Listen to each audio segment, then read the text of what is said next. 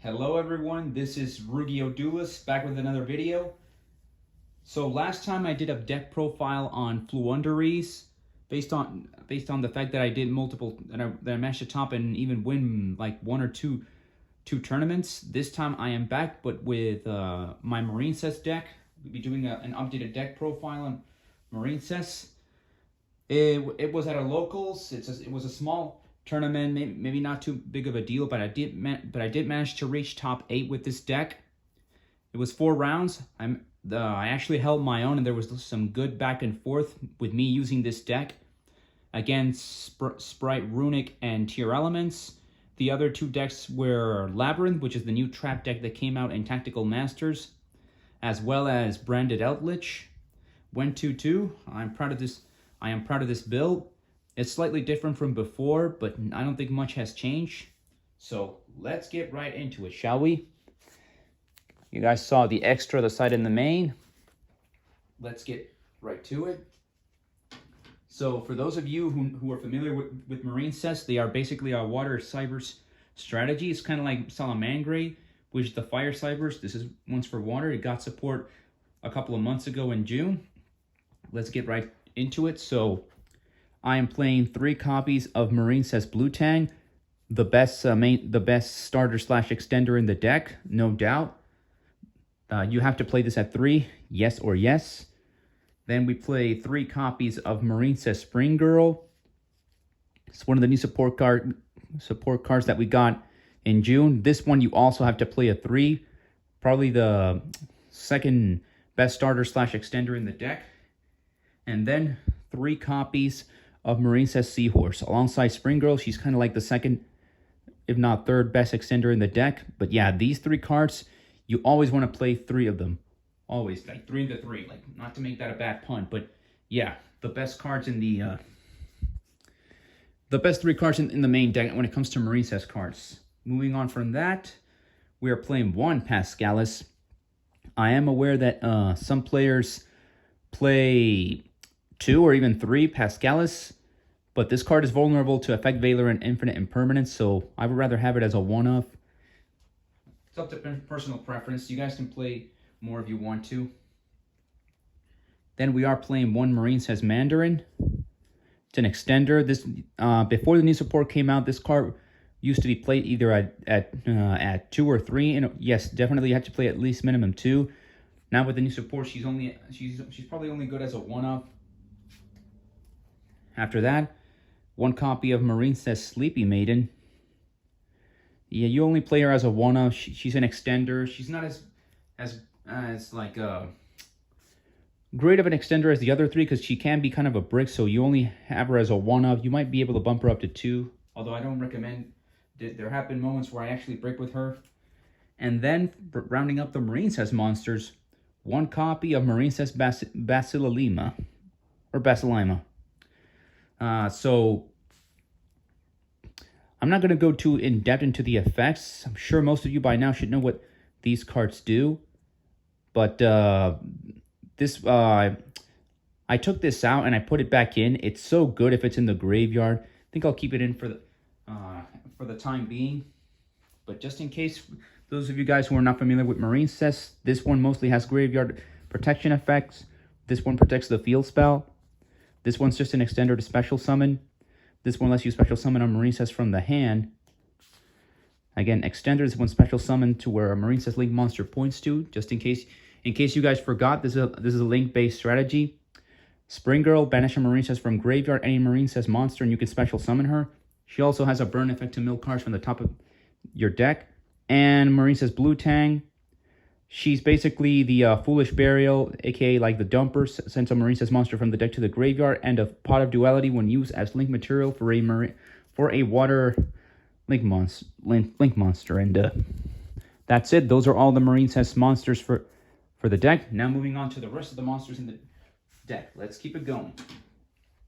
I main deck this, and so far it's not breaking, and it hasn't been too bad in certain situations. I am main decking Pancratox because of the way the format is right now. Having some going second cards main deck can be kind of nice. It might break, but so far he hasn't. I think it's a good idea for me to main deck him, but you know, all up to personal preference. 1 DD Crow, one of the best hand traps right now in the format. 1 Ash. I'll let you guys know soon enough why one-offs. And to round up the monsters, 1 Ghost Ogre and Snow Rabbit. So 3 hand traps and a big beater. After that, we are playing 1 copy of the field spell. Most people play 1, some people play 2. I like it as a one-off at the moment. And we are playing 2 copies of Marincess Dive. So I used to play 3 of this. Lately, I've noticed that it started to break, so I cut it down to 2. I think 2 is as of right now, is the better ratio. Moving on with the spells. 3 copies of Signet Mining to make sure you get those Marincess monsters. 2 Pot of Desires. It's semi-limited, aka to 2, so 2 is the most we can play. Once they put it to 3, I might play 3. This card is a must-have in this deck for the all to personal preference, but I highly recommend this card if you can afford it and to main deck it. 3 copies of Forbidden Droplet to break your opponent's board. Excellent for going second if your opponent has something big and huge. You can respond and negate it with this. Then we are main decking 2 copies of Crossout Designator, and that's why I play like 1 of each of the hand traps. They're mostly crossout targets, but if you can play them against your opponent, you have them in hand, they're also great. But here's the thing, I'm actually going to cut this out of my deck. It hasn't been working out that well lately. It has not been working out lately.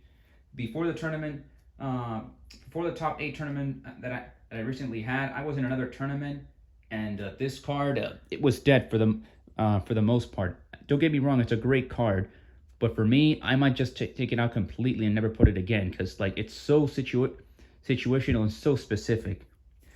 Moving on, 1 copy of Twin Twister, some back row removal just in case. 1 Day of Peace. Make sure your opponent doesn't OTK you and buy you some time to round up your combo pieces and go for game next turn. And the final spell in this deck, the 1 Called by the Grave. This is still very good. I would definitely keep it. I really hope they put this back to 2 or 3, but that's probably highly unlikely. This card is very, very powerful. Now, finally, for the traps, I am playing and main decking 2 copies of Marincess Wave. So, there are some people who play 1. I think 2 is the better ratio. Yeah, it might break, but I would rather see it sooner rather than later, and I would rather have more copies. That way they don't get banished off the Desire. So, to me, 2 is the perfect ratio. Then, 2 copies of Infinite Impermanence, another crossout target. This card is so good in this deck. So good. I used to play 3. I don't play 3 anymore because when you summon the Marincess Link monsters, it covers up your spell and trap zone, and you have then only space for 2 spells and traps. So I think 2 is the better ratio than 3. You could play 3, but I like it as a 2 so far. And the final 3 cards / also 3 traps with the main deck. Triple copies of Grand Horn of Heaven. I've tried this. Unfortunately, just like Crossout Designator, this card it's just not good. I thought I could make it work, but it just didn't. It's a little bit more specific than I thought. But I tried something new. It just didn't work out. You live and you learn. And that is it for the main deck. Now let's move on to the extra deck. Put this main deck over here. Now for the extra deck, I am playing 2 Marincess Blue Slug. On summon, it locks you into water, but it lets you add a Marincess monster from your graveyard to your hand. 2 Marincess Sea Angels. On summon, it searches for the field spell and for dive, specifically Marincess spells. If you remember my last Marincess deck profile, I had this card at 1 in the extra deck. Now I bump it up to 2, and I have to say that 2 is definitely a better ratio than 1. Lately, it has come up at 2. It has come up even better than at 1. Then 1 copy of Crystal Heart, 1 copy of Splash Mage. Lets you bring back your combo pieces, and this when you summon a Marincess into the extra monster zone, so it'll be unaffected in conjunction with the field spell.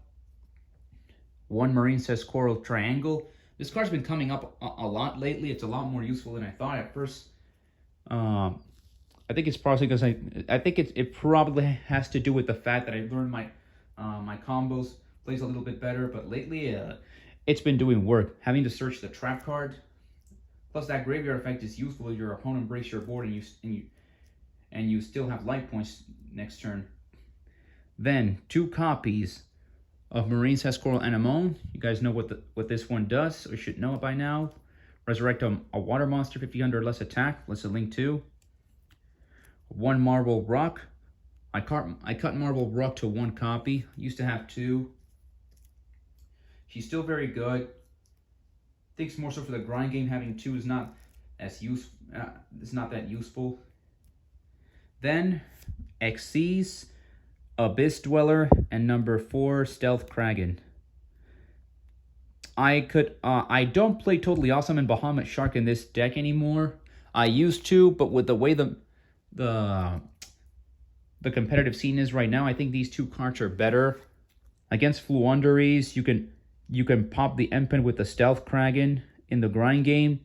And Abyss Dweller, well, this basically says no to tier elements or any other, and most graveyard strategies. Like, it's basically an OTK/FTK for the graveyard, the Abyss Dweller. And for the last 3 cards, well, the big boss ladies of this deck. 1 Wonderheart, 1 Bubble Reef, and 1 Aqua Argonaut.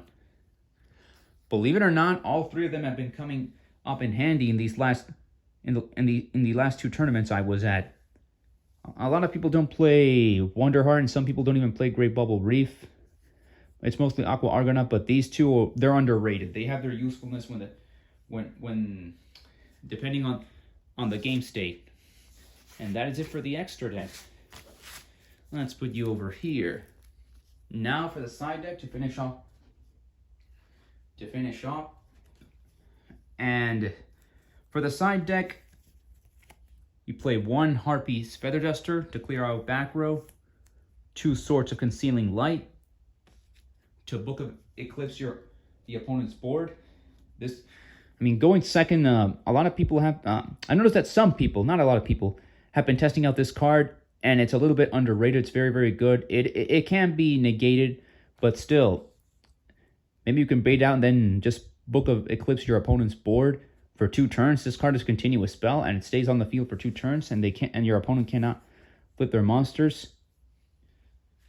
I have not seen it yet. Still testing it out in the side as a 2-of. I think 2-of is okay, but only time will tell. Then, moving on from that, 1 copy of Alpha the Master of Beasts, and 1 copy of Gizmek Okami, which is the water Gizmek monster. They're just there to break boards going second, just like the Source of Concealing Light.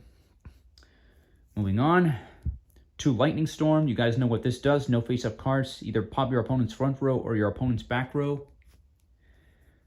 Triple Gozen Match.